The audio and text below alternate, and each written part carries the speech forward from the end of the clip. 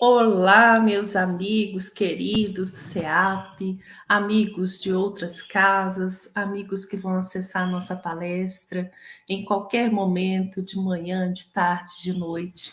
Uma alegria poder estar com vocês, trazendo aqui mais um momento de estudar a doutrina espírita, o Evangelho de Jesus, tirar os seus ensinamentos, mas principalmente procurar os colocar em nossas práticas, no nosso dia a dia. Então sejam todos bem-vindos ao Centro Espírita Amor Próximo, Juiz de Fora, Minas Gerais. Hoje temos uma convidada muito especial, Luciana Barbosa estará conosco nessa tarde, para nossa alegria, auxiliando aí nos nossos entendimentos. Para começarmos essa tarde de luz, de paz, de alegria, vamos fazer uma leitura para começarmos a ambientalizar com esses ensinos de Jesus. Abrimos aqui, ao acaso, o 130 do livro Fonte Viva, na esfera íntima. A vida é uma máquina divina, da qual todos os seres são peças importantes. E a cooperação é o fator essencial na produção da harmonia e do bem para todos. Nada existe sem significação. Ninguém é inútil. Cada criatura recebeu determinado talento da providência divina para servir no mundo e para receber do mundo o salário da elevação. Velho ou moço, com saúde do corpo ou sem ela, recorda que é necessário movimentar o dom que recebeste do Senhor para avançares na direção da grande luz. Ninguém é tão pobre que nada possa dar de si mesmo. O próprio paralítico, atado ao catre da enfermidade, pôde fornecer aos outros a paciência e a calma em forma de paz e resignação. Não ouvides, pois, o trabalho que é o céu que te conferiu, e foge à preocupação de interferir-se na tarefa do próximo, a pretexto de ajudar. Quem cumpre o dever que lhe é próprio, age naturalmente em benefício do equilíbrio geral. Muitas vezes, acreditando fazer mais corretamente do que os outros o serviço que lhe compete, não somos senão agentes de desarmonia e perturbação. Onde estivermos, atendamos com diligência e nobreza a missão que a vida lhe oferece. Lembra-te de que as horas são as mesmas para todos e que o tempo é nosso silencioso e inflexível julgador. Ontem, hoje e amanhã são 3 fases do caminho único. Todo dia é ocasião de semear e colher. Observemos assim a tarefa que nos cabe e recordamos da palavra do Evangelho. Cada um administra aos outros o dom como recebeu, como bons dispensadores da multiforme graça de Deus, para que a graça de Deus nos enriqueça de novas graças. Então, meus queridos, temos aí o 130, o capítulo 130 do livro Fonte Viva, Emmanuel, psicografia de Francisco Cândido Xavier. Então vamos à nossa prece conversar com Jesus. Mestre querido, nesse momento em que unimos os nossos corações em prol da busca do conhecimento que nos toca profundamente, que nos faz querer a transformação, que nos faz querer elevar, que nos faz querer evoluir para um dia sermos realmente felizes, como nos trouxeste no Sermão do Monte, bem-aventurados. Agradecemos essa oportunidade do trabalho, agradecemos essa casa que nos abriga, nos acolhe, amor ao próximo, Juiz de Fora. Agradecemos esses trabalhadores tão empenhados que temos e aos companheiros, amigos queridos, que estão sempre conosco, vibrando, construindo essas novas etapas para a iluminação da terra. Querido Mestre, em seu nome, por sua vontade e por seu acolhimento, estamos aqui hoje, juntos, felizes, unidos, nesse momento de estudo. Agradecemos sempre a todos e a tudo, que assim seja. Então, meus queridos amigos, vamos trazer para cá a nossa amiga querida Luciana. Olá. Tudo bem, Lu?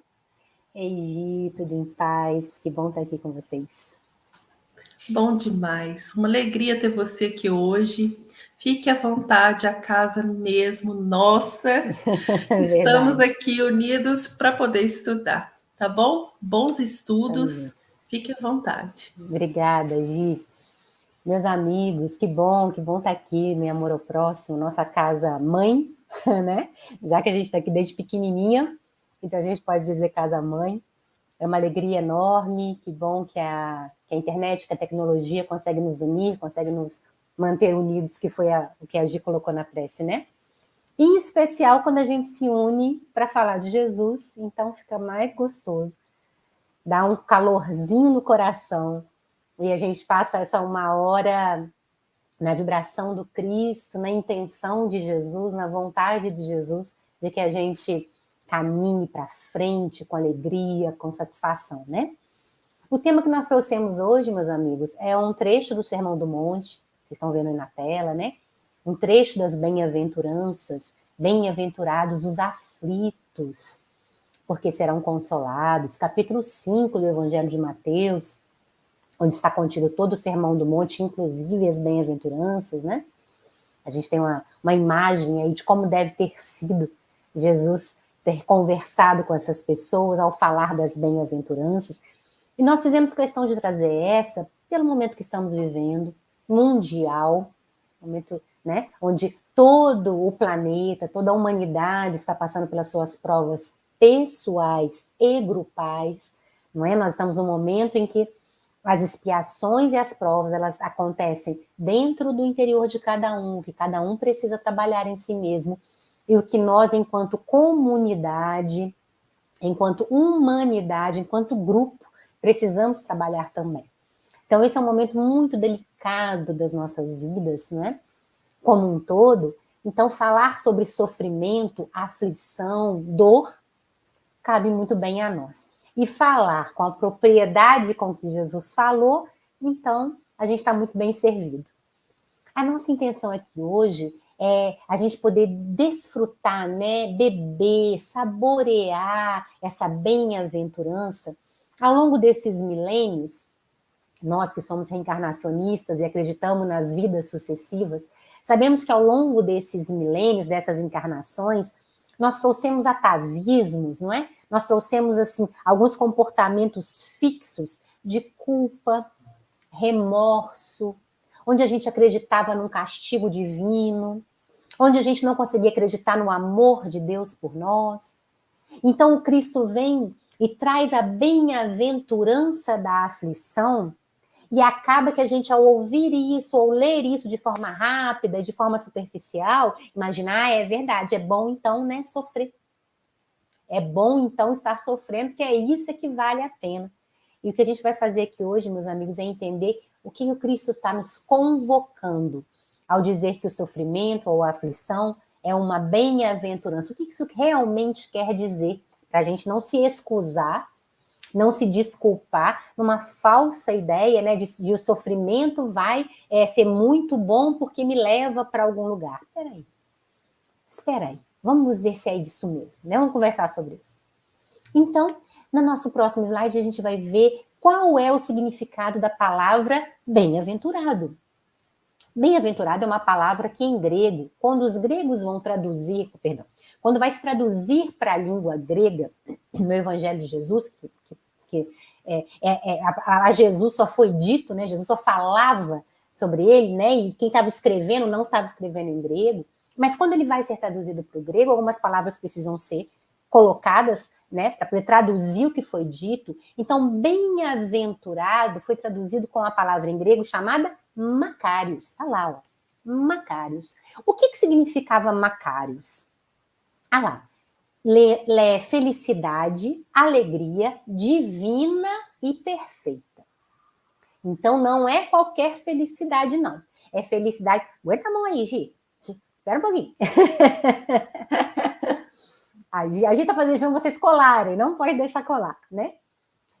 Essa alegria não é qualquer alegria, é uma alegria divina e perfeita. Nós estamos falando de uma alegria, meus amigos, espiritual. Nós estamos falando de uma alegria que é uma alegria que não é só uma satisfação, né? É uma alegria divina, bem-aventurado, alegre, feliz divinamente. A gente conseguiu entender o significado de bem-aventurado? Não é qualquer satisfação, é a satisfação, a alegria, né? Bom, então aí já começou a complicar, porque nós temos bem-aventurado, seja alegre, seja com a felicidade divina. Quando você estiver sofrendo, já deu uma confusão aqui, não é? Então, uma coisa já não pode ter muito a ver com a outra.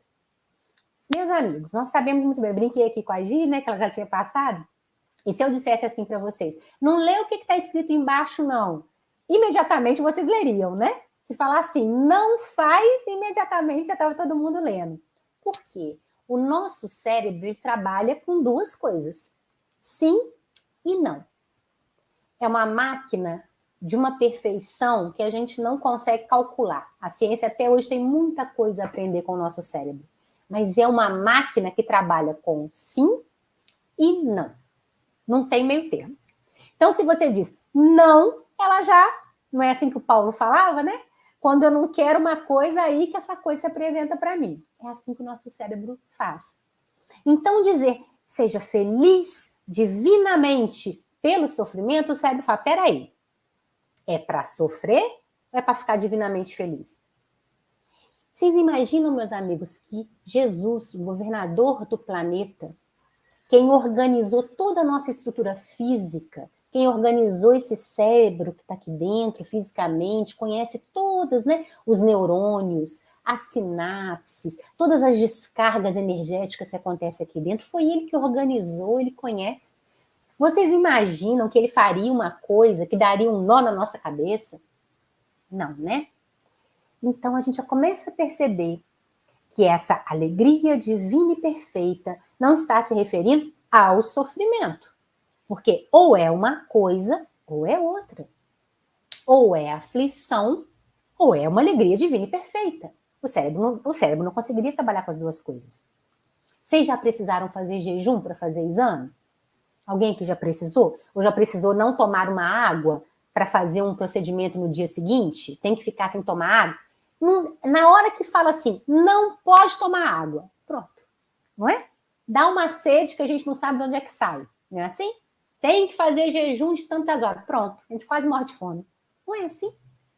Então a gente já começa a entender que Jesus não está falando de uma alegria perfeita e divina no sofrimento. Então a gente já pode começar, a descolar uma coisa da outra.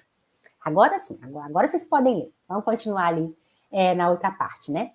Então, para os gregos, essa palavra Macários era usada para designar felicidade material. Quando eles vão fazer a tradução, eles usam uma palavra que designava felicidade divina, perfeita, abundância. Abundância, né? Mas na ordem material, né? Daquilo que você podia conquistar. E aí, continuando, a gente vai compreender que para Jesus, essas palavras, Jesus transforma todo o sermão do monte na felicidade e alegria espiritual. Opa, voltamos aqui à transformação do cenário, não é? Se a palavra na língua grega significava felicidade e alegria, ou seja, abundância material, Jesus não estava falando disso. Ele estava falando de uma alegria espiritual. Bom, se é uma alegria espiritual divina e perfeita, hein? A palavra estava lá em cima, divina e perfeita. Então, do que ele estava falando ao falar da aflição? Vamos lá. No nosso próximo slide, o que a gente vai ter ali? A gente vai ter uma passagem do livro Boa Nova, de Humberto de Campos, no capítulo 11, que ele vai estar tratando do Sermão do Monte, a passagem do Sermão do Monte, ele coloca assim, olha, por muito tempo falou Jesus do reino de Deus, onde o amor edificaria maravilhas perenes e sublimadas. Suas promessas pareciam dirigidas ao incomensurável futuro humano. Jesus estava falando do reino de Deus. Onde é que está o reino de Deus mesmo? No nosso coração, não é assim? Então, Jesus estava falando dessa condição espiritual sublimada, perene, divina, da nossa realização espiritual. Não de um lugar geográfico, meus amigos, nem de um espaço-tempo geográfico, um espaço-tempo que pudesse ser contado quando, em 2058, aí você vai ser feliz porque você já sofreu o que precisava, né? Em nosso lar, você vai ser feliz porque já sofreu o que precisava, não é? Então, olha lá, olha o Humberto de Campos nos chamando a atenção. Jesus está falando do reino de Deus, e o reino de Deus é dentro de nós.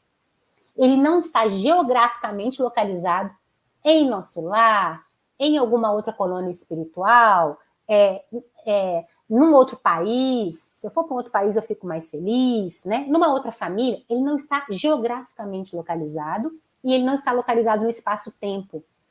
Então, bem-aventurados os aflitos, porque serão consolados. Se você sofrer por 20 anos, depois de 20 anos vem o consolo. Se você sofrer toda uma encarnação, a próxima encarnação, faz tempo, né? A próxima encarnação, estou fazendo assim sem relógio, né, pessoal? Mas vocês entenderam, né? Não estou com relógio aqui não, mas para demonstrar o espaço-tempo, na outra encarnação você vai ser feliz. Ora, isso não é condizente com o espírito imortal, porque o reino de Deus está dentro de nós. Então, isso foi o que nós acreditamos ao longo dos séculos. Mas não é assim, sofre bastante agora para ser feliz depois. Passa bastante sofrimento para então conseguir o consolo. Se você sofrer bastante no mundo espiritual, que aí já é um discurso nosso, né? Do movimento espírita, né? No mundo espiritual você vai ser feliz. Aí, não. A mensagem é: bem-aventurado aquele que compreende, bem-aventurado com alegria, feliz e perfeita, espiritual, o que está vivenciando o sofrimento. Não é bem-aventurado o sofrimento, bem-aventurado é o consolo. Então, meus amigos, imaginem se Jesus iria fazer uma proposta de que nós sofrêssemos para então chegarmos em algum lugar.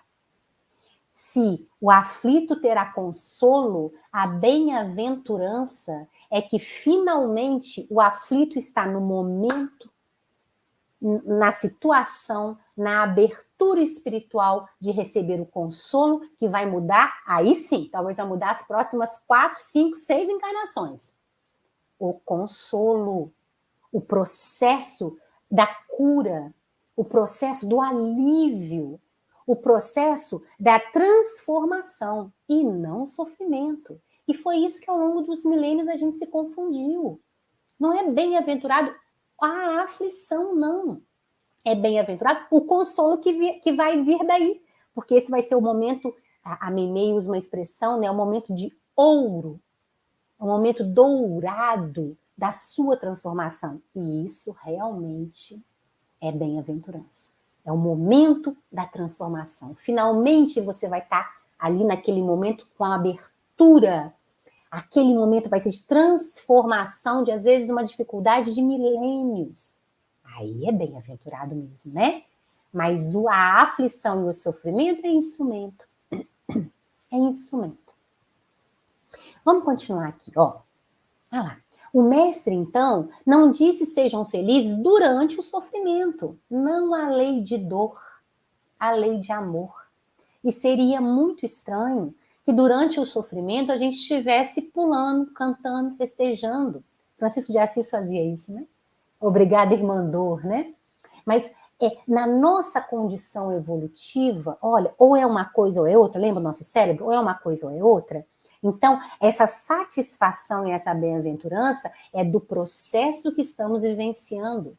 Porque se nós estivéssemos dando aleluias, né, graças, e coisa boa, né, estão pegando o sofrimento, que bom, vou sofrer bastante aqui agora, porque depois eu vou ser feliz, então eu devo estar perdendo o fruto desse trabalho.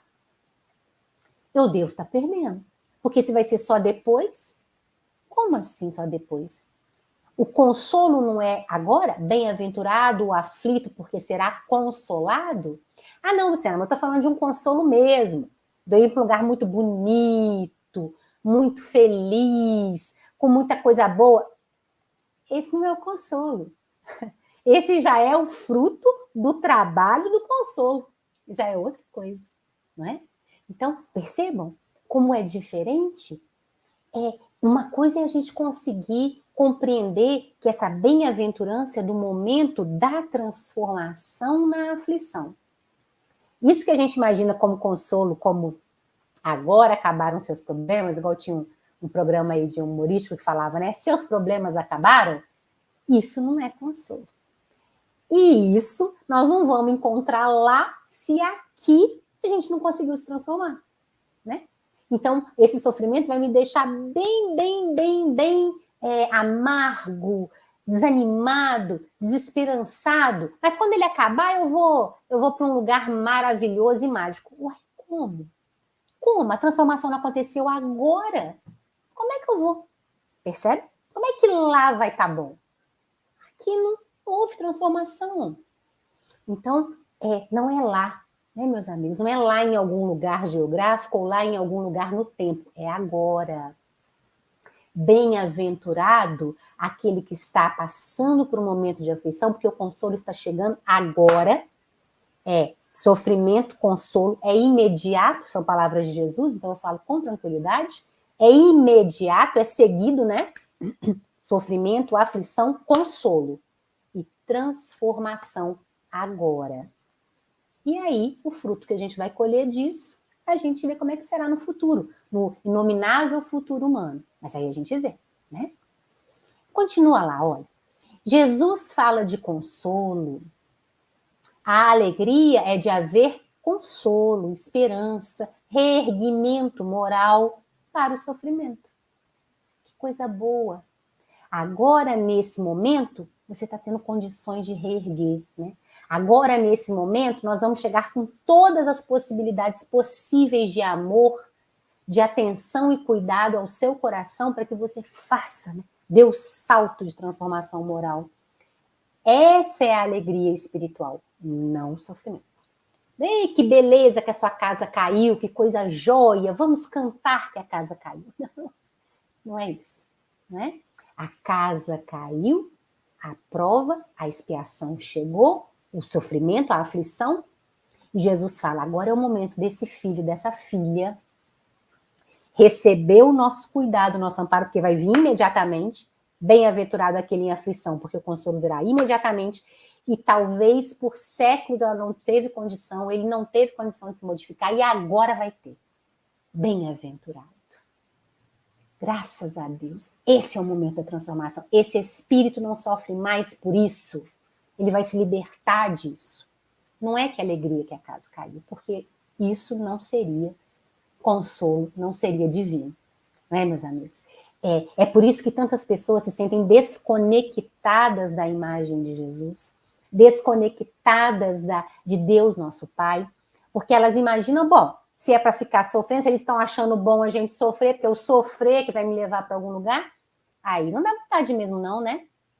Não dá vontade de estar ligada a esse Deus, não dá vontade de estar ligada a esse Jesus. Mas quando a gente inverte a lógica, olha, não, mas não tem ninguém aqui batendo palma pelo sofrimento, não. Nesse momento, eles estão nos incentivando a transformação moral. Para isso, eles batem palma. Porque se tem uma coisa que Jesus está aguardando há milênios, é a nossa transformação moral. Então, se está tendo a oportunidade de uma transformação, de uma nova ideia, de uma abertura, como ele deve estar realmente muito satisfeito, né? Que bem-aventurado esse momento, né? Nosso, não da prova. A prova é um instrumento, não é assim, meus amigos? Então, vamos lá. Bom, então a gente tá vendo que a ideia não é sofra agora para ser feliz depois, isso não existe. A ideia é esse sofrimento, essa prova, essa expiação está sendo um instrumento para a sua transformação agora. E aí o Kardec, esse grande, né, compilador da doutrina espírita, que vai ter perguntas maravilhosas, que a gente que gostaria de fazer, ele fez, graças a Deus, né? Quando a gente vai pensando, assim, quando a gente vê, tem essa pergunta no Livro dos Espíritos, o Kardec já fez ela para mim, coisa boa, né? O Kardec começa, é uma doutrina de consolação? É uma doutrina de consolação. É uma doutrina de amor e luz, perfeitamente. Então ele começa a fazer perguntas e começa a pensar em coisas que são grandes sofrimentos da humanidade. E o Kardec começa a fazer essas perguntas a respeito desses grandes sofrimentos que nos atacam a todos, porque se tem uma coisa que nós somos fraternos é no sofrimento, todos nós passamos em maior ou menor grau pelos sofrimentos da humanidade no geral.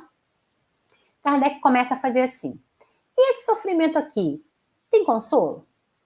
E aquele sofrimento ali tem consolo? Ele começa a questionar os espíritos para poder ver se em algum desses sofrimentos não tem consolo. Para fazer uma pegadinha, né? Deixa eu ver se tem alguma pegadinha, né? Ele começa a fazer perguntas, então vamos lá, ó. Lá no Livro dos Espíritos, no capítulo Penas e Gozos Terrenos, tem a perguntinha 922, olha lá, ó. A felicidade terrestre é relativa à posição de cada um. O que basta para a alegria de um constitui a desgraça de outro. Perfeitamente. Haverá, contudo, algum critério de felicidade para todos os homens? Vamos prestar atenção na pergunta, ó. O que Kardec perguntou? Kardec era um professor, um excelente professor. E ele sabia que ele estava lidando com espíritos que poderiam não ser espíritos sábios. Poderiam ser espíritos brincalhões, mistificadores, poderiam dar uma resposta que aparentemente seria coerente, mas que se a gente fosse prestar atenção não era. Então ele vai colocando umas palavrinhas de tropeço, que eu brinco, né? Umas palavrinhas de tropeço, de trupicão, que se o espírito que vai responder essa pergunta não for sábio, ele cai na pedrinha, na palavrinha de tropeço. Aí, se for sábio, percebe a jogada do Kardec, né? Percebe a preocupação do Kardec e responde de forma sábia. Vamos achar a palavrinha de tropeço dessa pergunta? Ó, a felicidade terrestre é relativa à posição de cada um, Kardec está afirmando. O que basta para a felicidade de um constitui a desgraça do outro. Verdade, verdade, é relativa, a felicidade é relativa. Aí ele pergunta assim, haverá, contudo, algum critério de felicidade para todos os homens?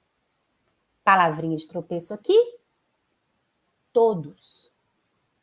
Meus amigos, a gente quando está respondendo prova, a gente costuma evitar palavrinhas assim, porque a gente sabe que pode errar. Todos, nunca, sempre. A gente sabe que se colocar uma palavra dessa no texto, pode errar, porque é muito difícil ter algo que seja para todos. É muito difícil ter algo que seja para sempre. Então, a gente tem sempre que colocar palavras relativizadas, né? Mas aqui ele colocou todos. A palavrinha de tropeço para o espírito que leu é todos. O Kardec está perguntando todos, meus amigos. Todos somos todos. Ele quer saber se existe um critério de felicidade para o companheiro que está lá agora no Catar, que ele tem um banheiro que é todo de ouro, que o banheiro ele não tem mais aonde colocar dinheiro, então ele colocou o banheiro dele, o vaso sanitário, a pia, o chuveiro, todo de ouro, que ele tem um séquito de carros para levá-lo, que ele tem servos.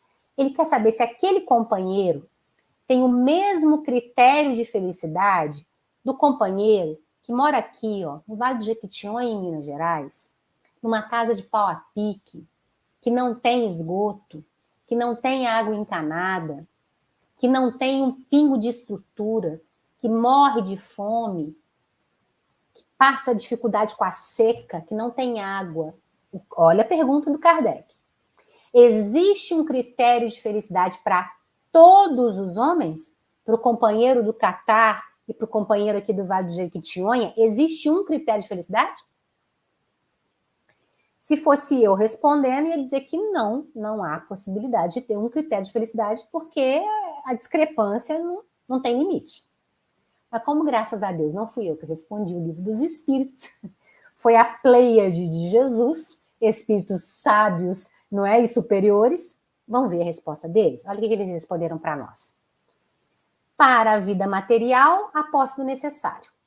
Para a vida moral, a consciência tranquila e a fé no futuro. Ponto. Se vocês imaginaram que ia ser uma resposta longa, né? Para poder dar conta de abranger. Então, existe um critério para todos os homens, o do Catar e do Vale do Jequitinhonha? Existe. Dois são os critérios. Para as questões morais, para as questões materiais, posse do necessário. Para as questões morais, consciência tranquila e fé no futuro. E aí, minha gente? Então, quer dizer que o critério de felicidade são dois para todos nós encarnados no planeta? Se passássemos por esses dois crivos, todos teríamos condições de estarmos felizes? Foi o que eles responderam. Posse do necessário. Você pode estar se perguntando, mas Luciana, o que é necessário? Porque como Kardec afirmou ali no começo, o que é necessário para um não é necessário para o outro. Perfeitamente. Não vou dar spoiler, mas convido vocês a lerem a próxima pergunta, que o Kardec vai perguntar isso. Deem uma olhadinha lá no Livro dos Espíritos. O Kardec pergunta o que é necessário, e os Espíritos respondem. Não vou falar aqui não, para fazer vocês irem lá no Livro dos Espíritos.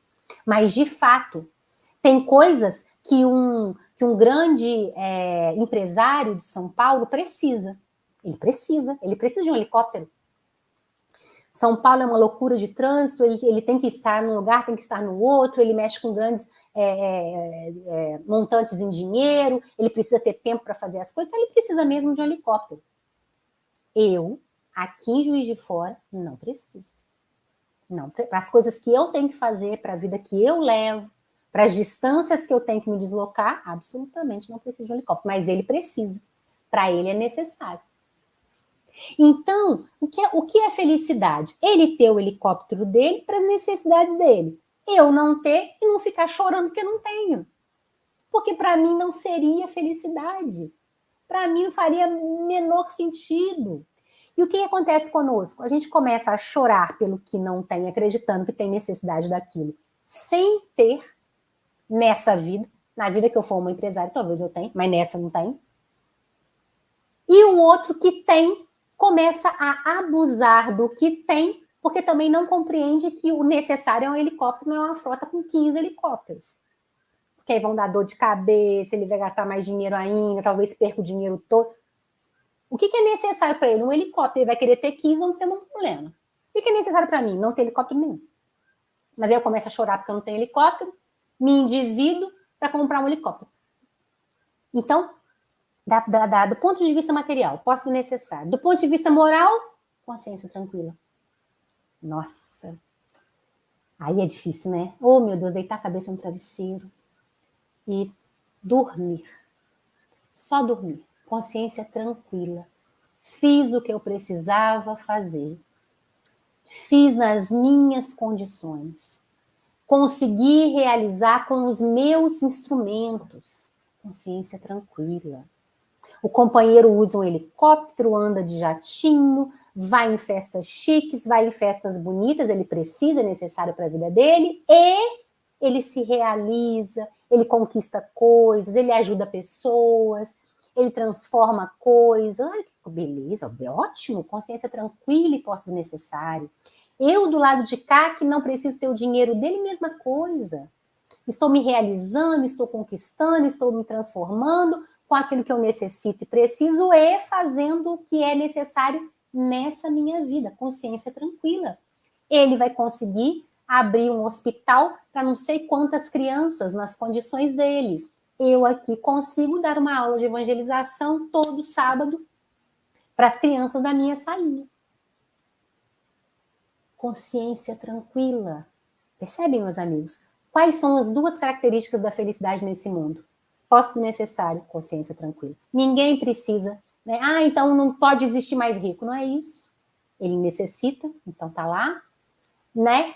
E ele vai ter a posse do necessário da riqueza dele, e vai ter a consciência tranquila, e eu vou ter a posse do necessário da minha vida, consciência tranquila. Se nós conseguíssemos, pronto, né? Bem-aventurados seríamos. Não estaríamos sofrendo por excessos que a gente mesmo constrange, que é a próxima pergunta. Olha lá, Kardec fazendo a próxima pergunta. Questão 933. Se o homem é quase sempre o artífice de seus sofrimentos materiais, também será o causador de seus sofrimentos morais? Olha a pergunta. Se ele é quase sempre artífice, né? Se é quase sempre ele que produz os seus sofrimentos materiais, por quê? Porque fica querendo o que não é necessário, sofre pelo que não é necessário, exagera o que é necessário, se tem, exagera mais, se não tem, quer o que não tem. Então, quase sempre sou eu a causadora das minhas questões materiais. Não é? Aí o Kardec pergunta, mas ele será também das questões morais? Palavrinha de tropeço. Sofrimentos morais. Por quê, meus amigos? Nós estamos em 1857. Perdão. Vou tomar só uma aguinha rapidinho. Nós estamos em 1857. Numa França iluminista, quando Kardec está fazendo essas perguntas. E a gente está num processo, né, de doutrinas religiosas onde não somos nós os responsáveis pelas nossas dificuldades morais, é Deus. É Deus que está me castigando, é Deus que está me dando a prova, é Deus que está me deixando ser rico, é Deus que está me deixando ter saúde, é Deus que está me deixando ser doente. Então, quando Kardec pergunta, sou eu o responsável pelas minhas dores morais? Isso aqui, pessoal, é bomba. Isso aqui é uma bomba, não é? Porque até então, não, nós não somos responsáveis por nada, não. É Deus que quis assim. Mas o Kardec quer saber se eu sou responsável pelos sofrimentos morais, assim como dos meus sofrimentos materiais. Então, quer dizer que não é Deus? Vamos ver a resposta dos espíritos? Olha lá que eles respondem para nós. Mais ainda, que é para doer, né? São responsáveis pelas suas dores morais? Mais ainda. Porque os sofrimentos materiais, algumas vezes, independem da vontade, verdade. Algumas vezes independem. Mas o orgulho ferido, a ambição frustrada, a ansiedade da avareza, a inveja, o ciúme, todas as paixões, em suma, são torturas da alma. Gente, isso aqui é revolucionário. Talvez não seja para nós, já conhecemos a doutrina espírita, já não é verdade, sou eu que, onde eu planto, eu colho, né? Mas isso aqui, em 1857, é revolucionário. Está trazendo para minha responsabilidade, está botando na minha mão a minha responsabilidade do meu sofrimento moral, tirando de Deus. Eu agora estou sendo artífice, eu agora estou sendo aquele que está esculpindo, eu estou sendo o artista, né? Eu estou sendo aquele que está promovendo comigo mesmo o sofrimento gerado. E ele ainda falou assim, às vezes o material nem realmente não é. Por exemplo, agora uma pandemia. A pessoa acabou de comprar um negócio, estava feliz, ia abrir uma loja, toda satisfeita, veio uma pandemia. Realmente não foi culpa dela. Ela teve um prejuízo material, teve que fechar a loja, teve que despedir os empregados. Realmente não é uma pandemia, um cataclisma. Realmente não foi culpa dela o sofrimento material. Tem alguns sofrimentos materiais que realmente não são. Mas os sofrimentos morais, todos são nossa responsabilidade. Está nas nossas mãos. Todos. Dá até uma tristeza, né, gente? Se a gente pudesse empurrar para alguém, né? Não é culpa minha, não, é culpa dele, dela. Né, não. Então, os espíritos respondem. Os sofrimentos morais, nossos sofrimentos morais, ciúme, inveja, avareza, vai descrevendo ali, né? Todos são gerados, criados por nós mesmos. Não temos a quem culpar. Eles são nossa responsabilidade. E graças a Deus. Porque se são minha responsabilidade, eu tenho que fazer com eles. Se fosse do outro, eu teria que esperar a hora que o outro quisesse fazer alguma coisa com o meu sofrimento. Já pensaram? Então, eu estou aqui sofrendo horrores, mas enquanto o João não resolver fazer alguma coisa com o meu sofrimento não acaba. Não pode. Não é? Não pode. Eu sou o motor, mas eu também sou aquele que alivia, né? Então, está nas minhas mãos resolver isso, né? Kardec continua. Bom inquiritor que é, né?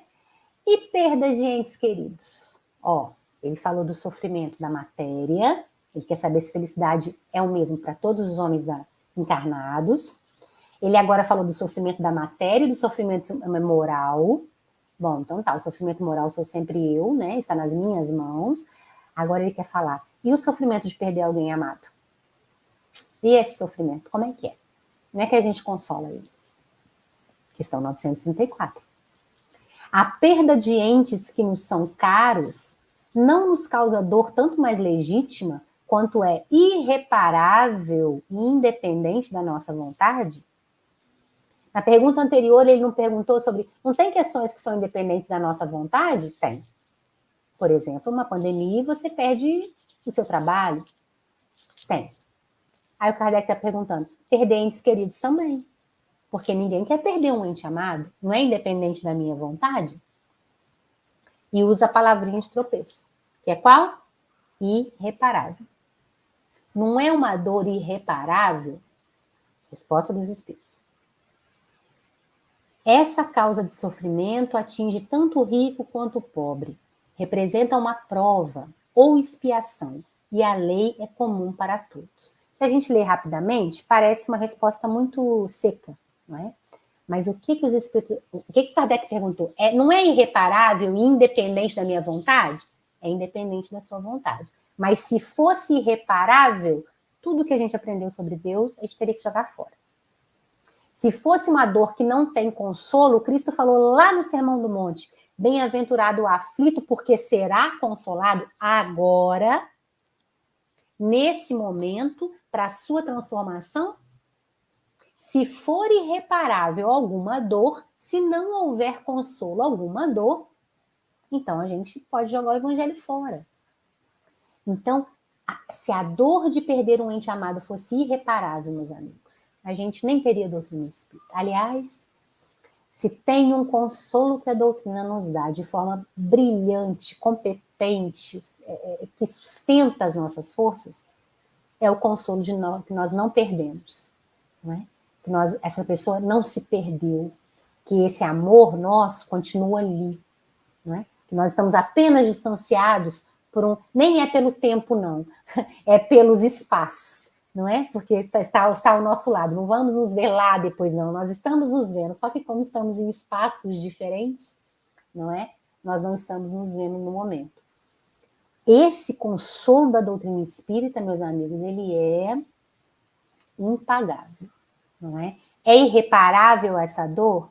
E você ter como explicar para essa pessoa, ou mostrar para essa pessoa, ou dizer a essa pessoa que essa dor não é irreparável? Puxa vida, né? Então os Espíritos colocaram assim, olha, é uma prova de expiação e a lei é comum para todos. Deus conhece o consolo dessa prova como ninguém.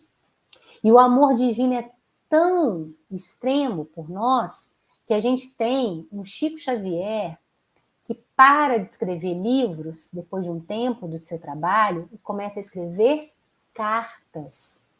Escrever não, né? Psicografar cartas para mães, pais, filhos, netos, avós, desesperados de dor, angustiados pela perda. E passa o resto da sua vida nesse trabalho. Acolher, transformar, não é? Fazer com que aquele coração viva novamente, corações que já estão atormentados, cristalizados na dor. Então, meus amigos, os Espíritos respondem assim, essa prova é comum para todos justamente porque ela tem consolo. Todos nós estaremos passando por ela e ela tem um consolo, que é nós não perdemos ninguém. Nem ninguém nos perderá. Não é assim? Essa família ela só vai aumentar, ela não vai diminuir nunca. Né? Então, Kardec pergunta sobre essa dor. Ele quer saber sobre mais uma dor. Ó, a próxima pergunta dele. E as decepções, a ingratidão, as afeições destruídas? Vamos ver a pergunta que ele faz. Olha lá, 937. Vocês estão vendo que Kardec está pegando, meus amigos, todas as aflições comuns a todos nós. Ricos, pobres, africanos, latinos, europeus, pouco importa. Todos nós nesse planeta passamos por essas dificuldades aí. E aí ele pergunta: as decepções que se originam da ingratidão e da fragilidade dos laços da amizade não constituem também, para o homem de coração, uma fonte de amarguras? Kardec quer saber, e a traição? E a traição? E essa dor, né, de ter sido traído na sua confiança, no seu amor, no seu afeto, não precisa ser só numa relação de romance, né, numa situação de conjugalidade, não. Em relações de amizade, em relações de trabalho, em relações políticas. Quantas traições políticas viram guerra, não é? Kardec quer saber, essas decepções, essas ingratidões, essas traições que acontecem, não machucam o peito de um jeito, não ferem a criatura de um jeito, que constituem para o homem de amarguras, para o homem de coração, uma fonte de amarguras? Tem consolo isso? Tem como? Vamos ver a resposta dos espíritos, olha lá. Sim, constitui uma fonte de amarguras. Porque se alguém imagina que os espíritos vão falar assim, não, para de sofrer com esse negócio, isso aí é bobagem, na próxima encarnação você não está nem lembrando. Quem imagina que esse espírito superior não é amoroso com as nossas dores, não conhece o espírito superior. Porque se tem uma coisa que eles são, é atenciosos com as nossas dores, eles já passaram por elas.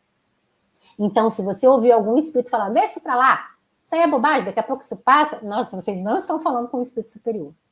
Porque eles vão reconhecer, o Kardec está perguntando, isso não é fonte de amargura, isso não dói? Eles vão dizer, sim, isso dói.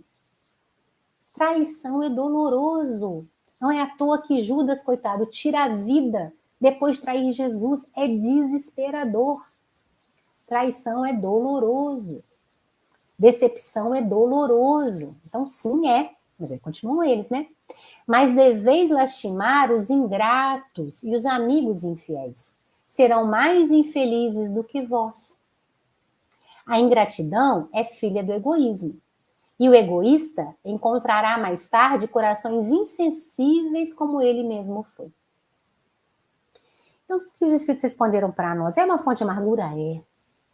Tem pessoas que perdem a encarnação amargurados, angustiados, enraivecidos com uma traição, com uma decepção. É doloroso mesmo, eles não estão negando. Mas eles vão dizer, mas meu irmão, presta atenção, aquele que te causou a dor está sofrendo mais. Aí alguém pode dizer, não tá não, Luciana, que eu vejo a pessoa feliz, eu vejo a pessoa satisfeita, a pessoa não tá nem lembrando o que me causou dor. Tá sim, tá sim. Porque ela não feriu você, ela feriu a lei. Ela feriu a lei divina. Qual é a lei divina? É a lei de amor. Ela feriu a lei. E onde há um ferimento, há uma marca. E se há uma marca, precisa ser costurada, fechada. Tem que ser resolvido. Aquela dor, aquela ferida não pode ficar aberta. O coração que nos magoou, transtornou, feriu, ele feriu a lei. Consequentemente, ele não está feliz, ele não tem como estar feliz, ele fez algo que está deixando ele criminoso, a gente pudesse dizer assim, né? Ele está indo contra a lei, então ele está em sofrimento já. O que os espíritos estão mostrando para nós? Olha, essa dor sua é legítima, o consolo está vindo imediatamente, essa aflição aí, ela é real e legítima, tem um consolo acontecendo para ela. Seu mentor espiritual está atento, seus espíritos amigos estão atentos, te fortalecendo, te dando coragem, te dando bom ânimo. Acredite. E esse outro companheiro está sofrendo mais que você. Pode não parecer e pode nem saber, mas ele está, porque ele feriu a lei. E para acertar as contas com a lei divina, só pelo amor. Então, percebem, meus amigos? Não há uma negação da sua dor. Há, na realidade, uma visão de que a sua dor ela está sendo consolada e de que o companheiro também está em dor. Não tem mais e menos, né? Não tem um mais e um menos, uma humilhação ou não, não é? Se há um ferido, alguém feriu a lei. Então, tá todo mundo sofrendo, né? Continua o Kardec. Aqui no Evangelho segundo o Espiritismo, Kardec, de forma muito brilhante, vai falar sobre a melancolia. E olha, meus amigos, nós estamos alguns séculos atrás. E o Kardec já está falando dessa melancolia que era percebida, né? Hoje em dia, chamada depressão. Mas na época de Kardec era chamada de melancolia, lá no capítulo 5 do Evangelho segundo o Espiritismo. E ele vai colocar assim, agora eu vou precisar de um auxílio aqui para a gente ler isso, né? Ah lá. Sabeis porque às vezes uma vaga tristeza se apodera dos vossos corações e vos faz achar a vida tão amarga? É que o vosso espírito, aspirando à felicidade e à liberdade, mas ligado ao corpo que lhe serve de prisão, esgota-se em vãos esforços para dele sair. Porém, reconhecendo que são inúteis esses esforços, cai no desânimo. E como o corpo lhe sofre a influência, sois tomados pela lassidão, pelo abatimento e por uma espécie de apatia. Por isso vos julgais infelizes. Kardec descrevendo, né, brilhantemente, os espíritos descrevendo brilhantemente a depressão, né, a lassidão, o abatimento, a apatia. Aí Kardec quer saber, e esse sofrimento? E esse desgosto da vida? Esse desgosto da vida, os espíritos estão dizendo para nós, né? Essa sensação de que a gente quer ir embora daqui, né? Uma das características é essa, né? De querer ir embora daqui, esse corpo está me prendendo demais. Esse sentimento de dor, meus amigos, que parece que realmente a vida perdeu o sentido. Como é que a gente consola esse sentimento? Esse sentimento existe, então? Existe desde sempre. Né? Nós estamos passando por esse processo de reencarnações, estamos tentando fazer com que a nossa vida tenha realmente sentido para nós já há alguns séculos. Não é? Então, não é porque falta de dinheiro ou quantidade de dinheiro, não é porque mora na cidade tal ou no país X, não é porque tem um emprego tal. Não, esse negócio de felicidade, né, que a gente busca está sempre no reino de Deus. Se no reino de Deus nós não estamos conseguindo fazer esse reino brilhar, nós vamos ter as dificuldades externas, né? Desgosto da vida é uma delas. Tem consolo? Como é que os espíritos estão falando ali? Eles estão dizendo por que isso está acontecendo. Qual que é o consolo? Como é que a gente entende a aflição e consolo, que o Cristo falou que era imediato, não é? Aí o Evangelho de Jesus é na veia, é preciso. Vós sois o sal da terra, vós sois a luz do mundo, não é? Filhos amados de Deus. O Evangelho de Jesus transforma esse processo de dor ao nos colocar diante dessa realidade divina em nós.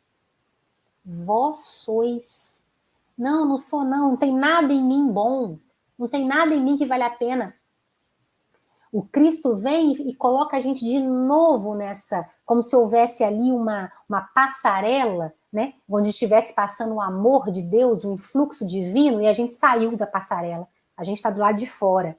O Evangelho de Jesus vem e coloca a gente dentro da passarela de novo. Olha, entra aqui. Sente, né? Sente o influxo passar por você. Sinta-se criatura amada, né? Sinta-se espírito criado por Deus, sinta a divindade em você. Então o Evangelho de Jesus nos coloca de novo, como se fosse no eixo, né? Nos encaixa novamente nesse fluxo divino, nesse fluxo divino. Né? Então, para o desgosto da vida, a gente precisa recobrar, né? Relembrar, encaixar de novo nesse fluxo, que esse fluxo ele é eterno, esse fluxo ele é amoroso e ele não tem mais ou menos. Ele não é mais ou menos, ele é todo. Quando a gente se sente parte da criação, quando a gente se sente filho amado, quando a gente compreende a presença de Jesus em nossa vida, de Deus em nossa vida, a transformação é interna. A transformação é interna. Então, não é porque não tínhamos isso ou aquilo que a vida perdeu o sentido. É porque perdemos o influxo, nos afastamos do influxo. E ao retomarmos a ele, a gente se enche de novo. Né? É como uma plantinha que vai ser aguada outra vez. Vai ser aguada, estava murchinha, né? Perdendo ali os nutrientes, vai ser aguada e vai, resplandecer. Porque essa água é divina e vai retransformar, né? Recomunicar essas energias dentro do nosso organismo. Esse é o trabalho do evangelho. Por isso que bem-aventurados os aflitos não pode ser que bom que a sua plantinha está murcha. Jamais.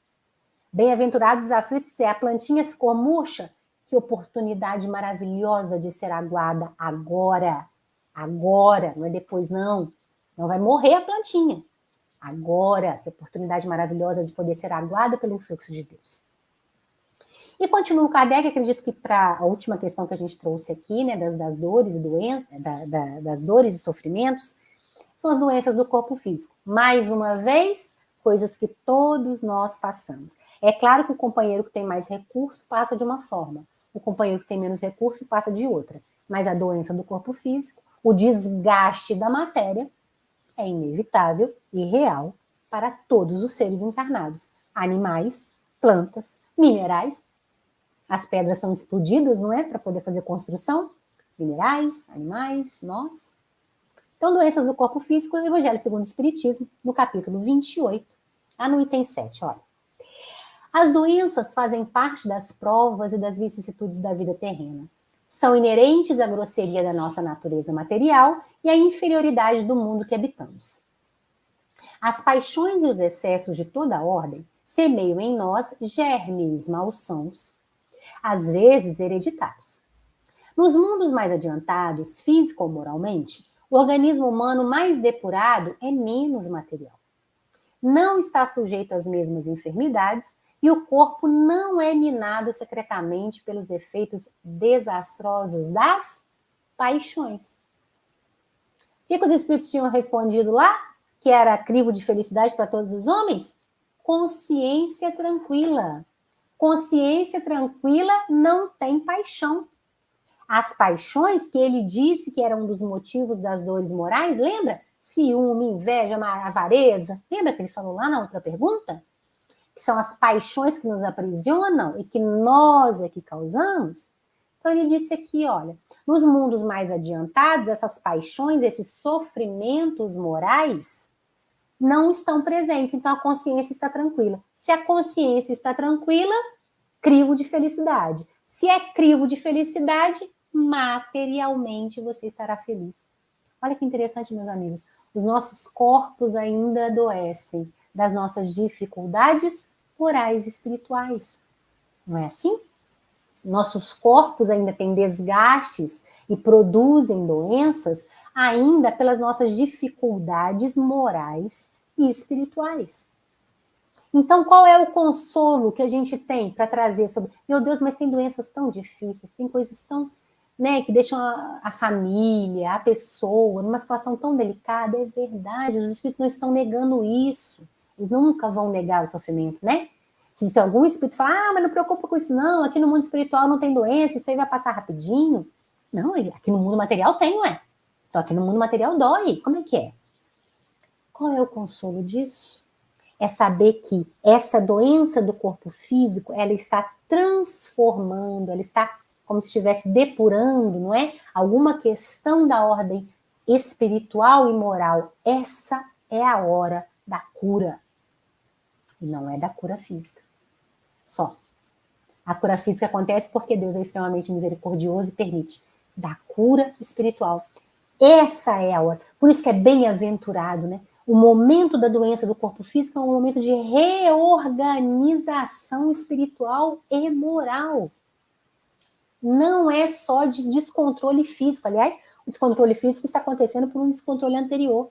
Então, a bem-aventurança desse momento é esse é o momento da transformação espiritual da criatura.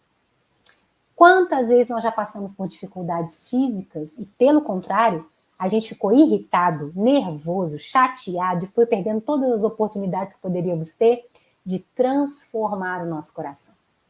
Mais arrogante a gente fica, xingando o enfermeiro, xingando as pessoas que cuidam de nós, não é? Brigando com o médico. Aí, realmente, não é aprendizado nenhum. Aí não é bem-aventurança. Ah, mas eu fiquei doente, não falou que se sofresse bastante? Não, não foi isso que falou. Não foi isso que falou. Perdeu uma oportunidade de bem-aventurança. Não é? Não é isso. É uma transformação espiritual. Essa doença do corpo físico, essa dificuldade física, ela está ali na transformação espiritual também.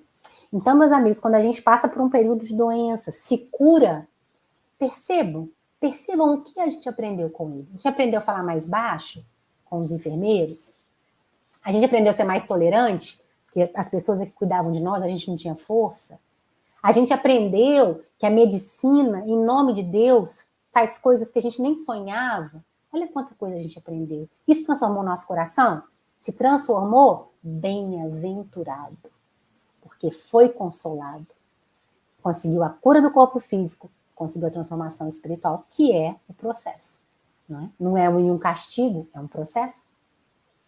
Vamos finalizar então? Que eu acho que eu já ultrapassei todos os meus horários aqui. Vamos finalizar. Vamos finalizar com a mensagem do Emmanuel, lá no livro Ceifa de Luz, chama-se Aflição e Tranquilidade, o que aparentemente também não condiz, né? Ou estamos aflitos ou estamos tranquilos. Vamos ver como é que ele desenvolve, né? Valoriza a aflição de hoje, aprendendo com ela a crescer para o bem, que nos burila para a união com Deus. Porque o mestre que te propões a seguir, ao invés de facilidades no imediatismo da terra, preferiu, para ensinar-nos a verdadeira ascensão, a humildade da manjedoura, o imposto constante de serviço aos necessitados, a incompreensão dos contemporâneos, a indiferença dos corações mais queridos e o supremo testemunho do amor em plena cruz da morte. O que Emmanuel descreveu? O mestre que nós pretendemos seguir passou por muitas das nossas dificuldades, que o Kardec veio elencando, foi traído, nasceu numa pobreza extrema, foi abandonado, os amigos se afastaram, não é assim? Fez um testemunho de morte, fez um testemunho de amor, de morte na cruz.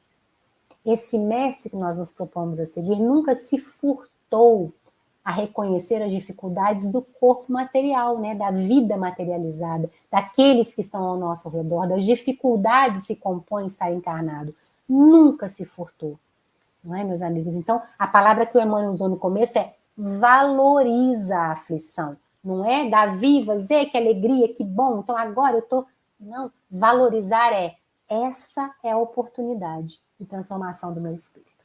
Essa é a minha oportunidade de crescimento. Bem-aventurado seja esse momento de transformação espiritual, que vai acontecer porque vai haver um consolo imediato. Não lá no futuro, mas imediato. Amigos, a gente agradece demais a atenção de todos vocês. Que Jesus nos fortaleça a fé, a confiança, a boa vontade de estarmos aqui nessa encarnação, aproveitando ela ao máximo. Essa encarnação é rica, é cara, é pérola. Conhecermos o Evangelho de Jesus à luz da doutrina espírita é pérola para os nossos corações. Que nós possamos realizar tudo o que nós viemos realizar. Jesus nos abençoe. Muito obrigada. Lu, nós que agradecemos muito, foi uma tarde assim iluminadíssima, porque muitos dizem que os espíritas gostam de sofrer, nós não gostamos de sofrer, não gostamos de ser aflitos, nós queremos ser os consolados. Exato. É isso é uma caminhada, muito bom você trazer esse assunto e esclarecer a todos nós sobre essa questão. A questão não é a aflição, é o consolo que a gente busca. Não é isso? Exatamente, é isso. Então, muito obrigada, Lu. A gente vai dar alguns recadinhos aqui. No finalzinho, a gente volta para fazer a prece, tá bom? Espera aí só um pouquinho. Tá? Então, meus amigos, depois desses ensinos aí luminosos que nos esclareceram tanto, que trouxeram para a gente a certeza de que nossa caminhada é sempre valiosa sobre a Terra, nós vamos trazer alguns recadinhos aqui que podem nos auxiliar nessa busca pela felicidade, nesse consolo que nos tira das aflições do dia a dia, né? Temos aí na nossa casa querida o diálogo fraterno, um momento de conversa, uma conversa sincera, acolhedora, onde você vai poder colocar as suas questões, ser ouvido e, quando possível, com a inspiração da espiritualidade, aconselhado naquele melhor caminho que você pode escolher. Então, nosso diálogo acontece às segundas-feiras, de 18 às 19 horas, aos sábados, de 9 às 10.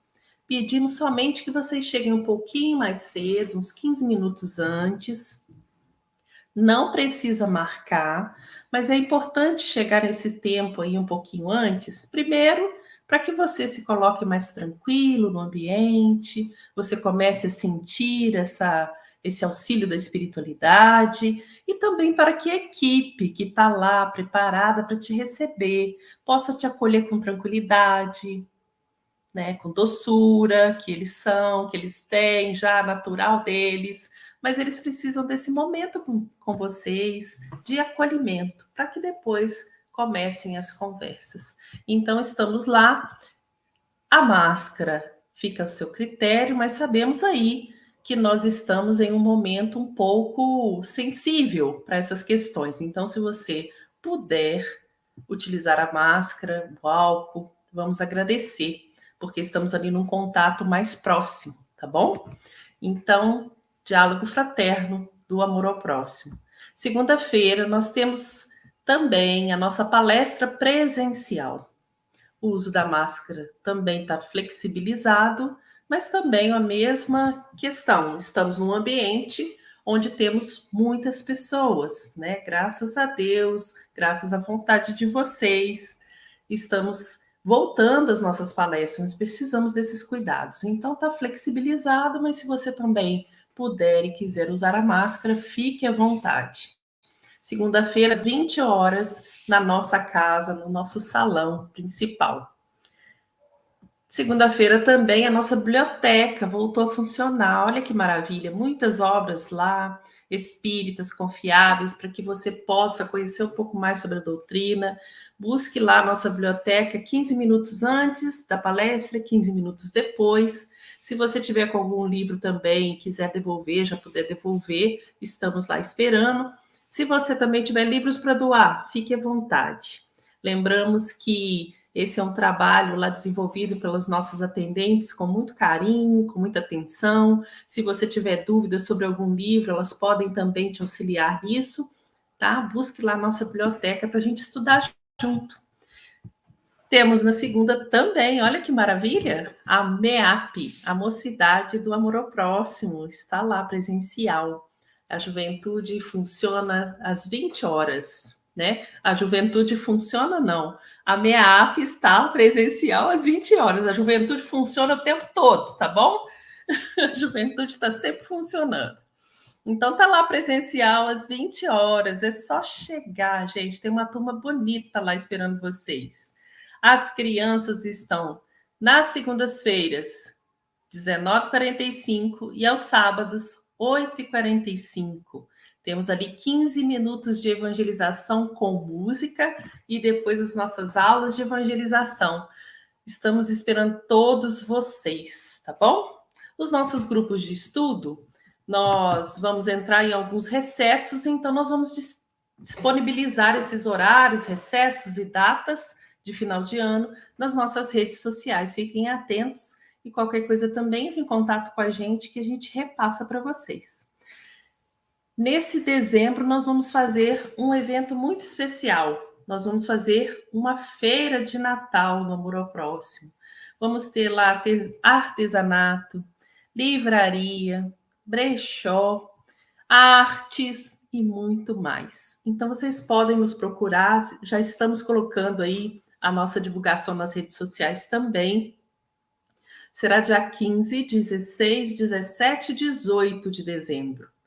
15 e 16, de 14 às 18 horas. E dia 17 e 18, de 8h30 até às 11h30, na parte da manhã, tá bom? Então, estamos esperando vocês lá na nossa sede da nossa casa, Rua Henrique Bournier, 314, bairro Mariano Procópio, tá? Esperamos todos vocês para utilizarmos desse espaço, dessa boa vontade dos nossos companheiros para auxiliar tantas outras pessoas que também necessitam, e principalmente nesse mês, né, de Natal, que a gente quer fazer um carinho maior para essas famílias. E agora a gente vai para a nossa prece final. Tem uma moça aqui sorridente esperando para fazer prece com a gente. Então a gente vai chamar ela para cá. Dircineia José. Onde você estava, Dircineia? Eu estava aqui ouvindo. Primeiramente, olá! Como Olá, vocês Dir. estão? Muito bom, né? Muito bom essa palestra da Luciana. Eu estava aqui escutando ela falar, né?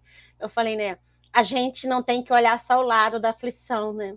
A gente tem que pensar que nós somos muito consolados, que a gente é amparado. Ela ainda falou, ó, tá lá nossos anjos guardiões, anjos da guarda, mentores, como as pessoas gostam de falar, mas eles estão aqui perto da gente.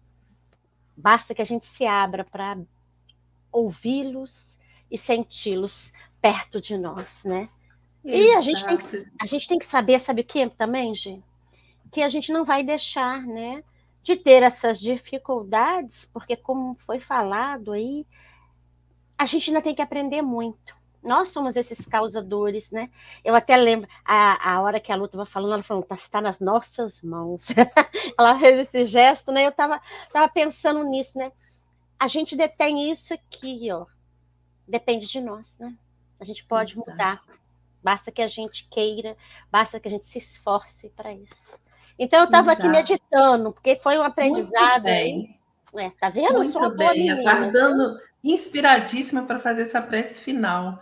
E muito a gente tem que pensar, às vezes não são dificuldades, são oportunidades. A gente é que não está conseguindo absorver exatamente, né? Mas como a gente não faz prece final aqui sozinho, porque a gente quer companhia boa, quer companhia feliz, quer companhia sorridente, quer companhia de amigos, temos outra amiga aqui sorridente também para estar conosco. Então, Lu, vem para cá fazer prece final com a gente. Muito obrigada mesmo. Uma alegria tê-la aqui na nossa casa. E sempre uma oportunidade sublime. Para mim, uma alegria imensa, gente. Muito obrigada pela oportunidade. Obrigada também, viu, Lu? Aí é outra menina sorriso, tá vendo, Gisele? A gente aprende no amor ao próximo. A gente aprende no amor ao próximo. Então, depois dessa reflexão, né? E aí vocês viram, né, que ela foi fazendo isso, mas ela sempre com aquele sorriso, né? Passando durante a palestra essa alegria de saber que nós somos consolados. Lembremos sempre disso, né? E hoje, enquanto ela estava fazendo esse estudo, essa reflexão, eu estava procurando e eu achei lá no livro Paulo Estevão uma oração que a Abigail fez e se chama Oração dos Aflitos. Então, se vocês, meninas, me permitirem, eu vou ler para a gente que seja nossa oração. Pode ser? Com certeza. Então, vamos lá. Então, vamos aí nos colocar numa posição confortável. Lembrando a todos vocês, meus irmãos, que essa oração está no livro Paulo Estevão. Acho que no capítulo é A Morte de Estevão. Então, vamos lá. Vamos aproveitar essa conexão, esse momento. Senhor Deus, Pai dos que choram, dos tristes, dos oprimidos, fortaleza dos vencidos, consolo de toda dor. Embora a miséria amarga, dos prantos de nosso erro, deste mundo de desterro, clamamos por vosso amor. Nas aflições do caminho, na noite mais tormentosa, vossa fonte generosa é o bem que não secará.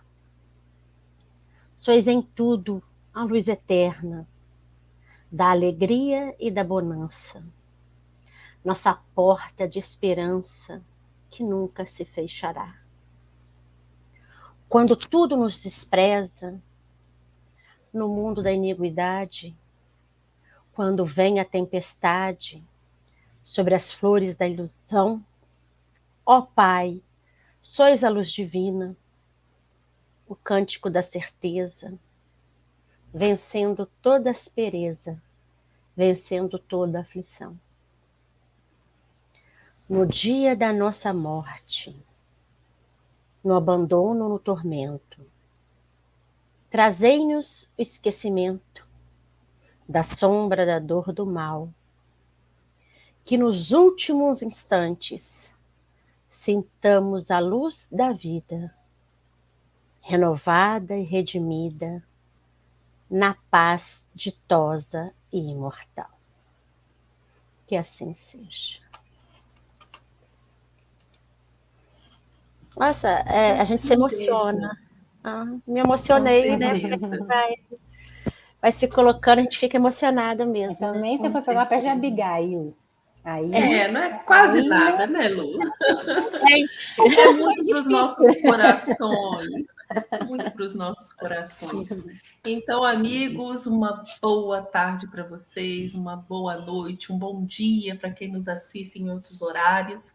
Até a semana que vem. Fiquem todos com Deus, que os seus lares se façam em luz, que a paz esteja em cada um de nós. Até semana que vem. Fiquem com Deus. Tchau. Tchau, gente. Tchau, gente.